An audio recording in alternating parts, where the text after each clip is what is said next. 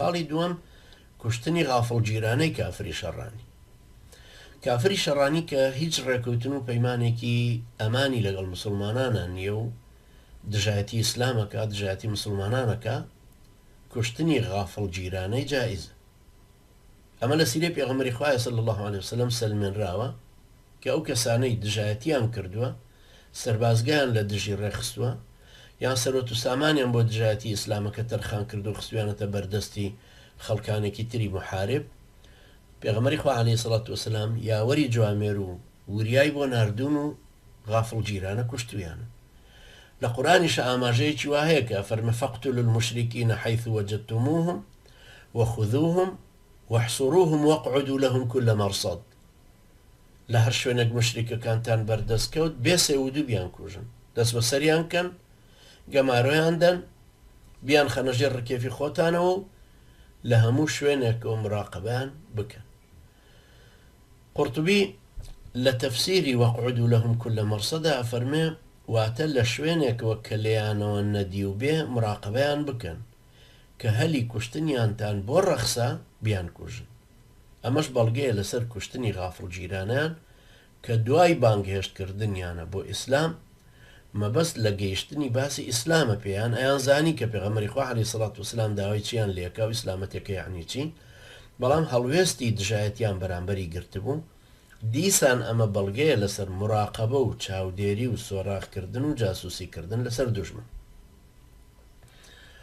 ئەمما لە سیرە و سونەتا سەلمێنراوە کە پێغەمبەری خوا عەلەیهی سەڵات وەسەلام مەفرەزەی ناردوو بۆ کوشتنی غافڵ جیرانەی هەندێک کەسی تاغوتی وەکو کەعبی کوڕی ئەشرەف و ئەبوو ڕافیعی کوڕی ئەبوو الحوقەیق کە سەرانی جوولەکە بوو.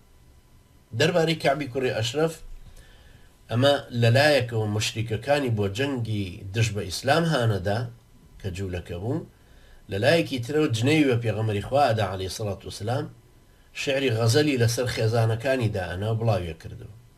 بوخاری و مسلم هەردووکیان بەسەرهاتی کوشتنیان تاغوتیان جێڕاوەتەوە. بوخاری لە جابرە و خوا لێ ڕازی بێ جێڕاوێتەوە کە فەرموویەتی قال رسول الله صلى الله عليه وسلم من لكعب بن الأشرف فإنه قد آذى الله ورسوله. فقام محمد بن مسلمة فقال يا رسول الله أتحب أن أقتله؟ قال نعم. قال فأذن لي أن أقول شيئا؟ قال قل. فأتاه محمد بن مسلم.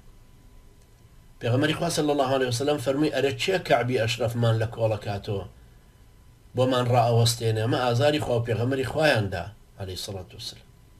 محەممەدی کوڕی مەسلەمە هەستە هەیە سەر پێ و فەرمووی ئەی پێغەمبەری خوا ئەتەوێ بیکوژم؟ فەرمووی بەڵێ. محەممەدی کوڕی مەسلەمە فەرمووی دەی ساڕێگان بدە بە هەندێک شت بڵێم، یعنی هەندێک قسە دروستکەم. پێغەمبەری خوا عەلەیهی سەڵات وەسەلام فەرمووی بیڵێ. ئیتر محەممەدی کوڕی مەسلەمە بۆی چوو کوشتی. تەفسیلی فەرموودەکە دواتر باسەکە کە محەممەد و هاوڕەکانی چوونە لای کەعبی ئەشرەف و بێزاری خۆیان لەوە دەربڕی کە لە مەدینەن و وەزعمان ناخۆش و ئێمە هیجرەتەمان کردووەمانە، تازە لە خزمەت پێغەمبەری شاین و عەلەیهی سەڵات وەسەلام چاریشمان نییە. کەعب کە لە قەڵایەکی سەختا بوو ڕێیدا بوون بچنە قەڵاکەیەوە، لەوێش چاواشەیان کرد و بە فێڵ خۆیان گەیاندێ و کوشتیان. ابن حجر فەرمی عیکرەمەش بە ڕیوایەتێکی مرسل کە یاوەڕ لە سەنەدەکەیان نییە، طبعا مرسل ئەوەیە کە سەحابەیەتیان لە زنجیرەی سەنەدەکەیە، ئەژێڕێتەوە کە کوژرانی کەعب بووە هۆی شیرازە پسان و پشێوی جوولەکەکان. کۆمەڵێکیان هاتنە خزمەت پێغەمبەری خوا صلی الله عليه وسلم و عەرزیان کرد کە سەرۆکەکەمان غافڵ جیرانە کوژراوە. پێغەمبەری صلی الله عليه وسلم ئەوەی خستەوە یادیان کە چۆن ئازاری مسلمانانی دەدا و دژمنانی ئیسلامی بۆ شەڕهانەدا دژی مسلمان. ابن سعدیش لە ڕیوایەتەکەی خۆیان لە کۆتاییە فەرمێ ئیتر ترسان و هیچیان نەوت. پاشان ابن حەجەرە فەرمێ بەڵگەیە لەسەر کوشتنی مشریک بێ ئەوەی بە تایبەتی بانگهێشتی ئیسلامەکە بکرێ مادام بانگەوازە گشتیەکەی ئیسلامی پێگەیشتووە. هەروها بەڵگەیە لەسەر ڕێدان بە وتنی هەندێک قسە و کردنی هەندێک کردار و ڕەفتار کە بکەرەکەی حەقیقەتی ماناکانی مەبەست نابن. ئەمە بەڵگەی کوشتنی غافڵ جیرانەی کافری شەڕانیە کە لە قورئان و سونەتا هەیە. هەر کەسێک لافی ئەوە لێ بدا کە ڕەفتاری وا غەدرە و جائیز نییە و لە ئیسلام ناوەشێتەوە، ئەوە حتمەن گومڕایە، نەزانە، ئەوە قورئان و سونەتی بە درۆ خستووەتەوە.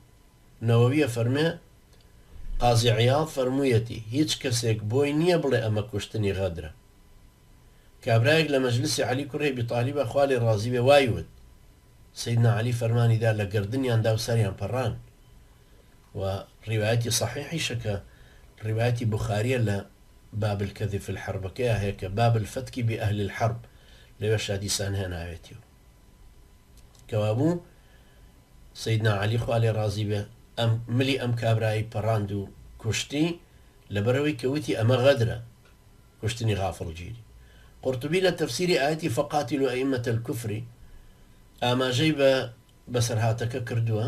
ئیبن تەیمیەش هەروەها لە کتێبی ئەصارم المەسلول عەلا شاتم الرەسوولەکەیە هێناوێتەوە لەگەڵ وتوێژێکی نێوان معاویەی کوڕی ئەبی سوفیان و محەممەدی کوڕی مەسلەمە خۆیان خوا لێیان ڕازی.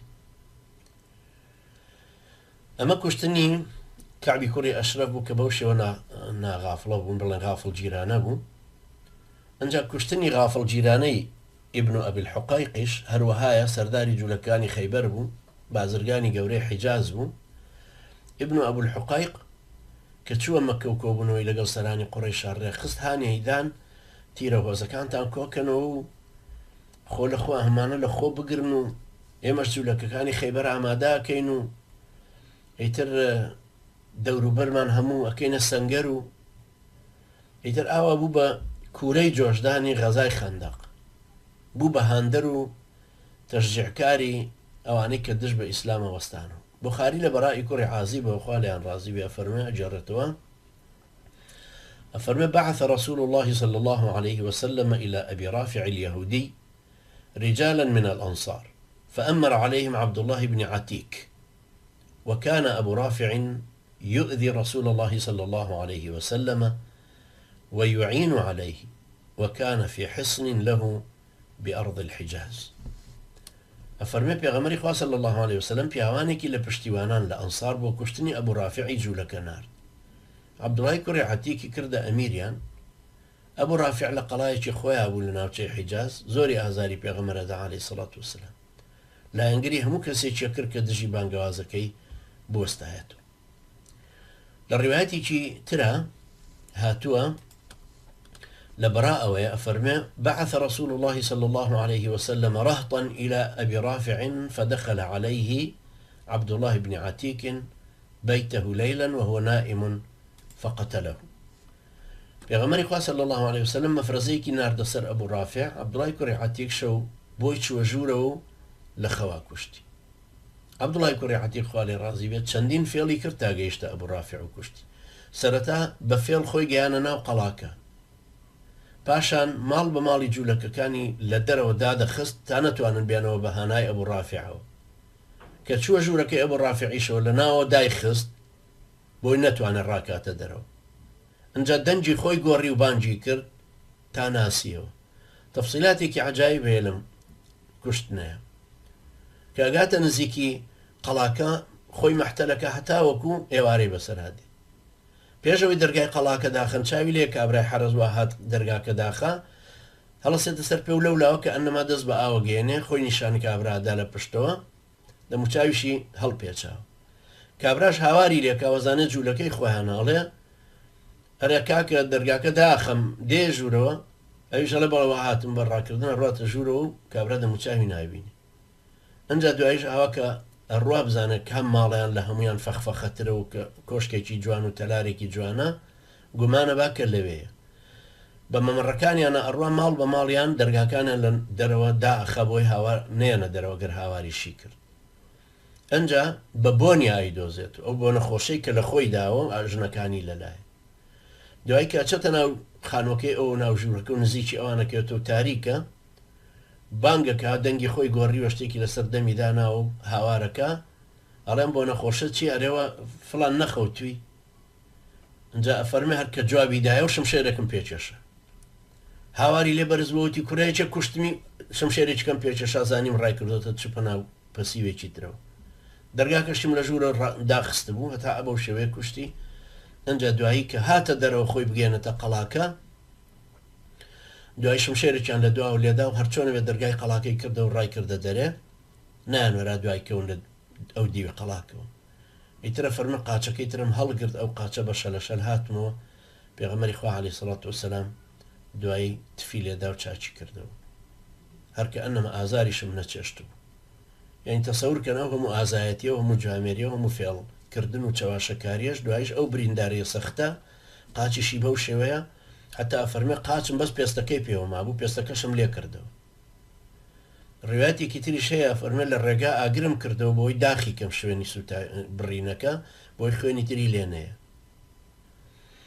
ابن حەجەرە فەرمێ ئەم فەرمودەیە پند و ئامۆژگاری و ئەحکامی زۆری تایە لەوانە جائزبوونی کوشتنی غافڵ جیرانەی کافری شەڕانی کە بانگەوازی ئیسلامی پێگەیشتووە و سوور ماوە لەسەر کوفر و دژایەتیکردنی ئیسلامەکە هەروەها شیاوێتی کوشتنی هەر کەسێک کە بەدەستی یان بە زمانی یان بە سامانی بەشدار بوو بێ لە دژایەتیکردنی پێغەمبەری خوای عەلەیهی سەڵات وەسەلام هەروەها جائزێتی جاسوسیکردن بەسەر کافرانی شەڕانیەوە و ڕەخساندنی هەلی زەڕ بە لێدانیان هەروە دەست نەپاراستن لە کوشتنی کافرانی شەڕانی و جائزێتی دەنگۆڕین و ڕێپێ هەڵەکردنی کافران بۆ هێنانەدی بەرژەوەندی ئیسلام و مسلمانە هەروەها جائزێتی ڕوبەڕووبوونەوەی مەفرەزەیەکی ژمارەکەم بەرامبەر دوژمنانێکی زۆر کە ژمارەیان زۆرترە بێ لە خۆیان زۆر هەندێک نقاتی تریشی هەر بەو شێوەیە باس کردووە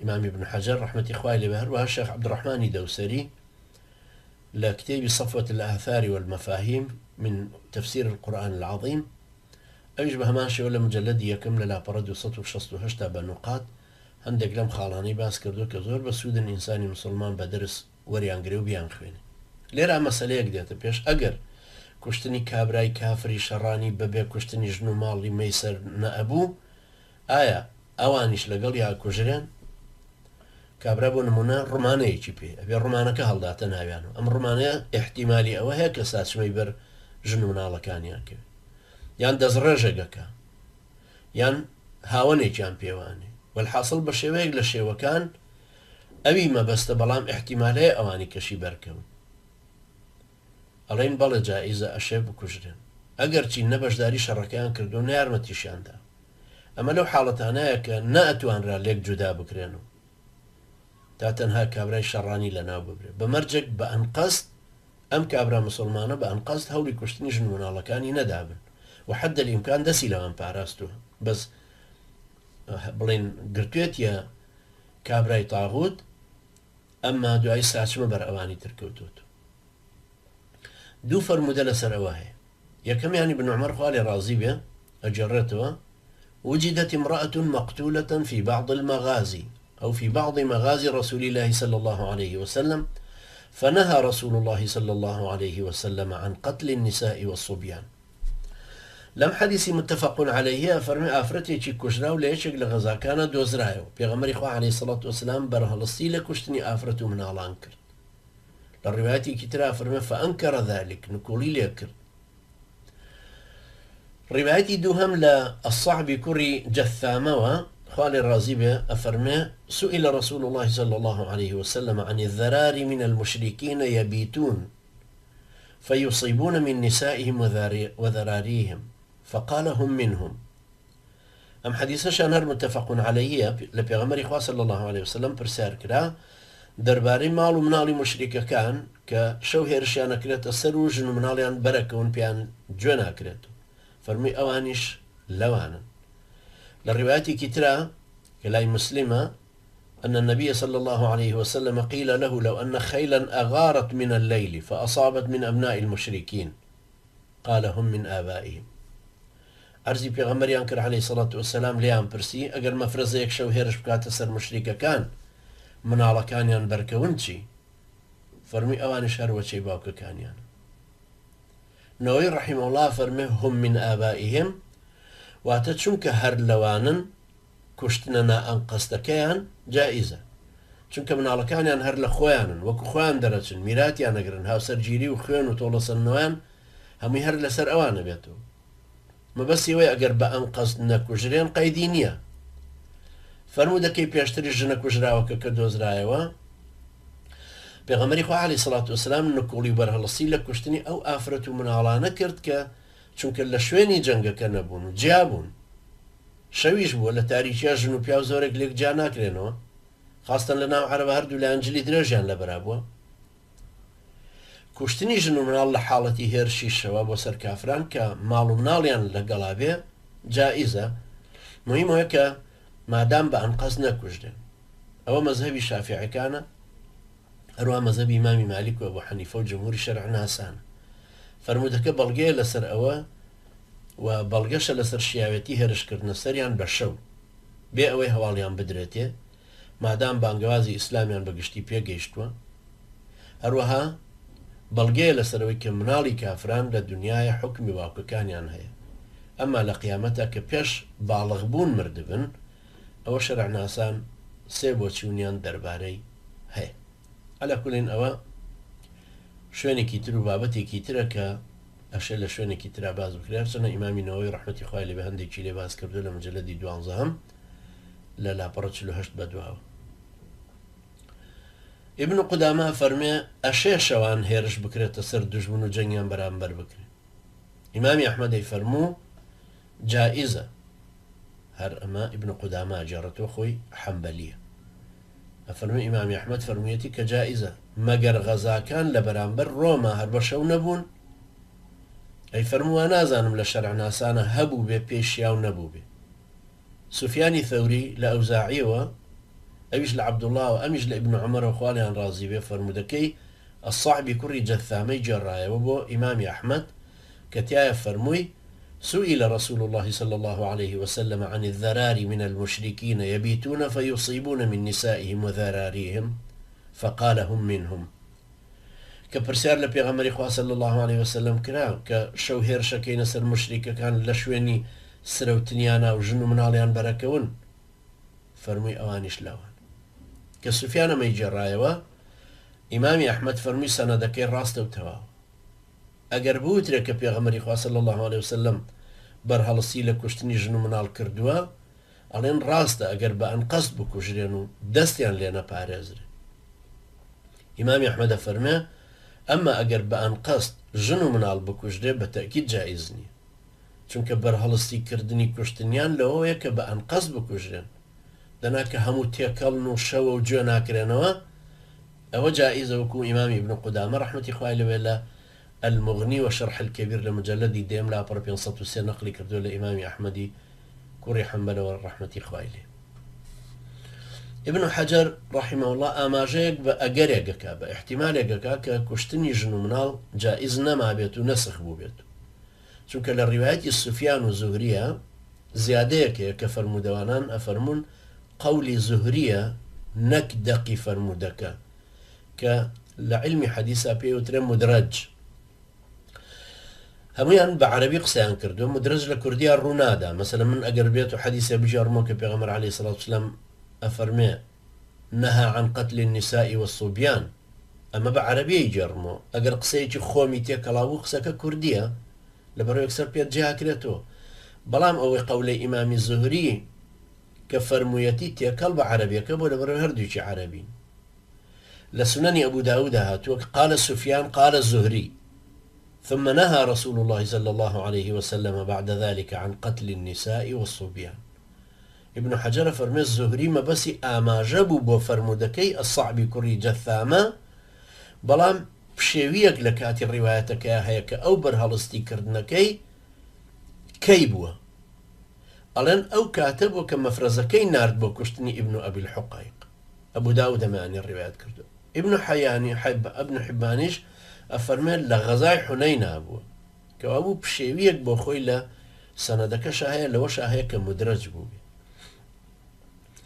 أبو بكري حازمي أمدو فرمودي هنا وفرمويتي هندق لفرمودوانانا فرمون فرمودي كم كشتني جنك كلا دوزيانوا فرمودي دوامي نسخ كردوتو، هندق ترى فرمون ببيتشوانا ويا دوام يكمي نسخ كردوتو، هندي شتري أنا فرمون هيك النسخ نبونته برهالستي كلا كشتني أن قصتي جنو منالو بركوتنا كان لشرع بهويتي كالبونو ليك جدا كردنويانا. شافعي رحمه الله وكو سازاندني هردو فرموديتي فرمودكي الصعب لكوتا عمري بيغمري خوادابو عليه الصلاة والسلام أقر لعمري يكمي الرويدابو بيه أو زمان ابن أبو الحقيق كجرابو. پاشانە فەرمێشتی وامان پێ نەگەیشتوە کە پێغەمبەری خوا صلی الله عليه وسلم ڕێگای بە کوشتنی ژن و مناڵ دابێت و پاشان بەرهەڵستی لێ کردبێت. مانای بەرهەڵستیکردنەکەی لە لای ئێمە ئیمامی شافعی فەرمێ ئەوەیە کە بە ئەم قەست بیان کوژێت و دەستیان لێ نەپارێزێ لە کاتێکە کە جیاژبوو بوونەوە بشزانە ژن و مناڵن تەبەن بۆی جایز نییە کە بیان کوژ کە ئەفەرمێ هۆم منهم ئەوانیش لەوانن واتە هەر وەکو ئەوانوان کە ئیمانیان نەهێناوە تا کوشتنیان جایز نەبێت. شوێنی نیشتەجێکەشیان دارولئەمان نییە تا بە پەیمانێک ئەمانیان درابێتێ، یعنی نە ئیمان و نە ئەمان پەیوەستی بە مسلمانانەوە ڕەبت کردوونەت تا نەکوژرێن، چکەوەی کە ناکوژرێ کافرە و ناکوژرێ ئەگەر ئیمانی هەنا مسلمان بۆ ناکوژرێ، ئەگەر کافر بۆ بێ ئەمانی وەرگرت بێ ئەمانی دراوەتێ کە ئەمانیشی درایە ناکوژرێ کەوا بوو ئەو هەرۆکو کافرێک ماوەتەوە خاستەن کە محاربیش بوو. لەبەرەوەشە کە پێغەمبەری خوا صلی الله عليه وسلم هێرشکردنە سەریانی بەشە و ڕێپێداوە، دیارەوەش لای هەموو کەس ڕۆشنەکرد لە تێک چڕژانی جەنگدا بە شەو ژن و مناڵ و شەڕانیەکان هەموو لە یەک جێبن و تێکەڵە بن و بە یەکترا دێن و ئەڕۆن و حتمەن بەرەکەون و لێیانە کوژرێ. لەبەرەوەی مسلمان نین مافی خوێنەکان ئەفەوتێ ئەجینات تۆڵە و خوێن و کەفارەتیان نەدرێ ئەگەر لە ئەمانە بوو بن و کوژرابن. کوشتنی ئەم قەسی مناڵەکانیان کە ڕێی پێ نەدراوە لەبەرەوەی کە باڵغ نەبوون تا کوفریان هەڵبژارد بێت و بەرگری لێ بکەن. ژنەکانیشان لەبەرەوەی کە بەشداری جەنگ ناکەن لەمانەوەش ئومێدی مسلمان بوونیان هەیە گەر بمێننەوە. پوختەی بۆ چوونەکەی ئیمامی شافعی ڕەحمەتی خوای لێ بکە لە نەوەوی و ئێمە نەقڵمان کردووە نامانەوە لە شەرحی سەحیحی موسلیمە بریتە لە گوناحبار نەبوون لە کوشتنی ژن و مناڵی کافرانی شەڕانی کە شەو هێرشەکرێتە سەریان لەگەڵ تێکەڵاوبوونیان بە پیاوانی شەڕانی کە نە ئەتوانرێت لێک جودا بکرێنەوە و کوشتنەکەشیان بە ئەنقەست نەبووە، چونکە کوشتنی ئەنقەستیان جائز نییە والله تعالى ئەعلم. ئەمە باسی دوو خاڵمان کردێکێکیان چاواشەکاری لە شەڕە و درۆکردنی ژێکێکە لە سیماکانیان بەرامبەر بە دوژمن بەرامبەر بە کافران لە حاڵەتی جەنگ و جیهادەکەیان لە حاڵەتی تری ئەماناوێ و هەروەها مەسلەی کوشتنی ژن و مناڵ لە هی کافرانی شەڕانی کە هێرشەکرێتە سەریان و بە شەرتێ بە ئەم قەست نەبێ و جودا نەکرابنەوە جوداشیان نەکات و کابرا نەزانێ ئەوەی کەەوە ئەوێت تیرەکەی تێگریا فیشێکی پێوەنێ نازانێت کە ئایا ژنەیان پیاوە.